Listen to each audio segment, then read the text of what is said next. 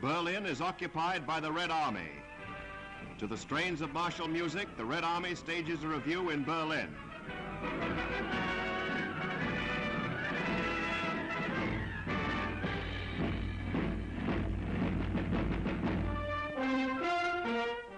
In this headquarters on the 8th of May, the final unconditional surrender has been ratified.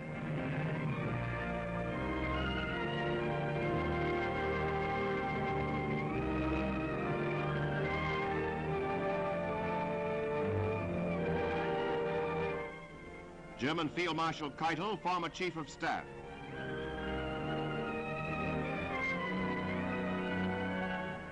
Marshal Zukov of the Red Army.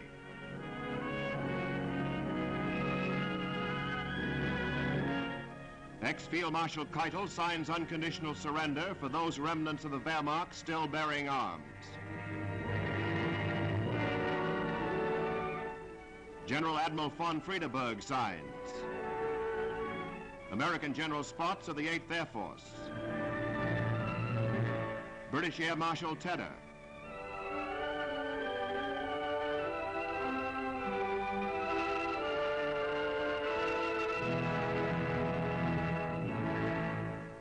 French General Della de Tassini. It is over. The war in Europe is ended.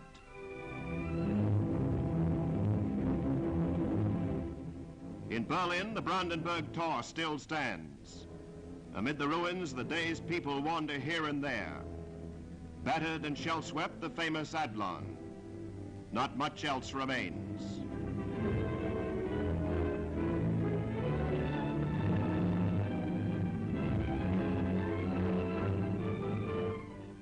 In southern Germany, Allied troops move forward to complete the occupation of the country.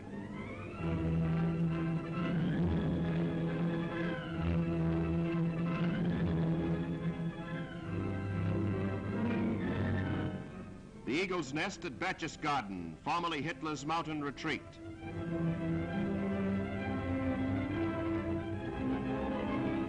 Much of Munich lies in ruins. The famous beer hall. Little remains.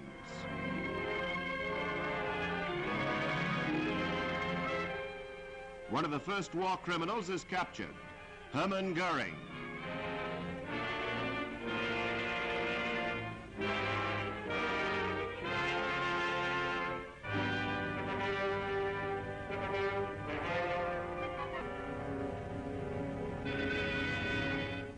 He is interviewed by Allied newspapermen.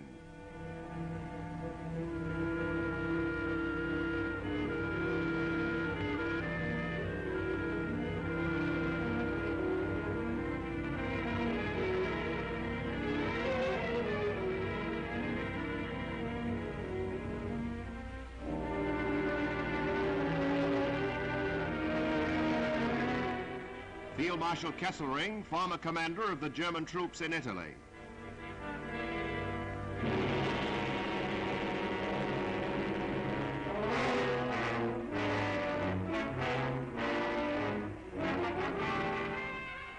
Field Marshal von Rundstedt, former commander in the West.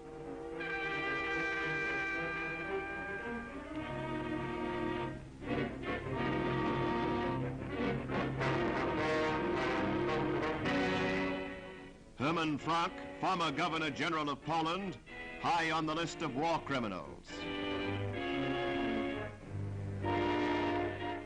Field Marshal von Kleist.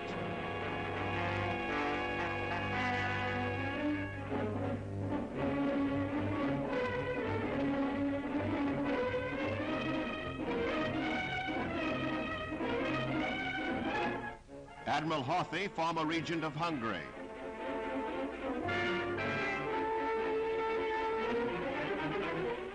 The tall man is Arthur Seyss-Inquart, traitor of Austria, former Gauleiter of Holland. He will be brought to trial.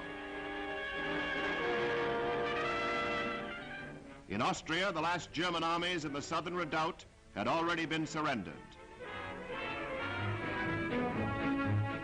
Lieutenant General Brandenberger of the 19th German Army came down over the Brenner with his chiefs of staff to sign the capitulation in the small Austrian city of Innsbruck. American General E.H. Brooks has ratified another victory.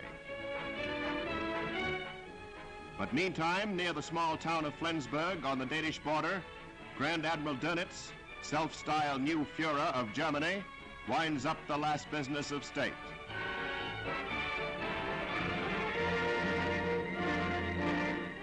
The surrender of his once great U-boat fleet.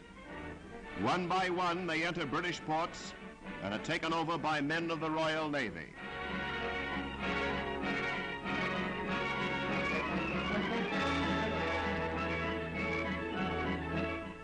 These Germans, once the terror of Allied shipping, are now, like all their comrades in arms, nothing but prisoners of war.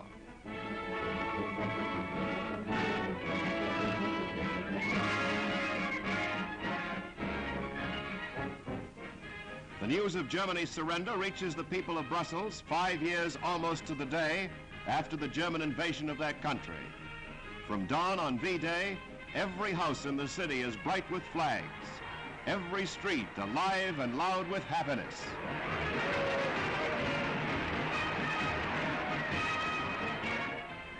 Orange smoke flares, no longer needed for warfare, make effective fireworks.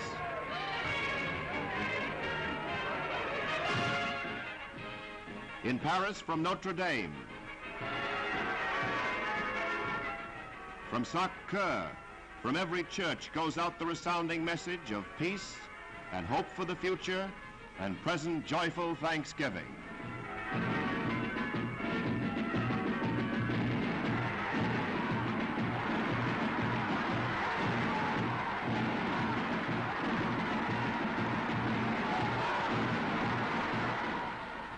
In the Place de l'Opéra,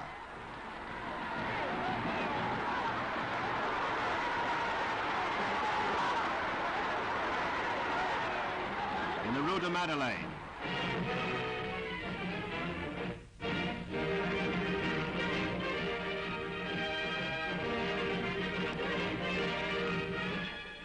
while General de Gaulle approaches the Arc de Triomphe to pay homage in the name of the people of France at the grave of the unknown soldier, to pledge that victory, with the memory of those who died to gain it, shall this time and for all time be preserved in peace.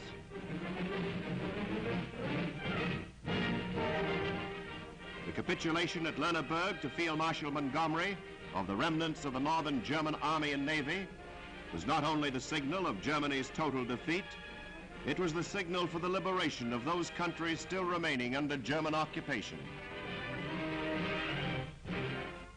The British fleet sailed into Copenhagen harbor. Denmark is free after 5 years. 5 years of stubborn resistance and heroic acts of sabotage.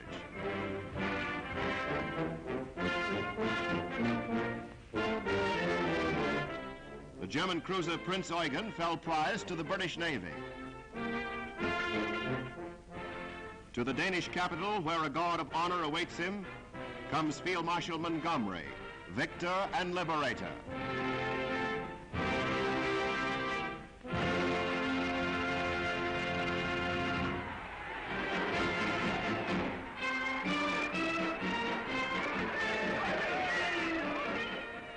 And his reception by the people of the city demonstrates their feeling of deliverance and gratitude.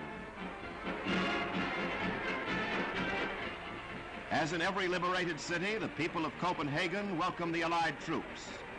The world has seen such scenes of joy in France, in Belgium, and Holland.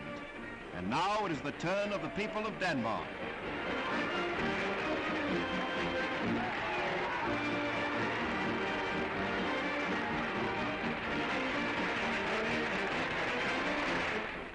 Sheets of music are printed and distributed.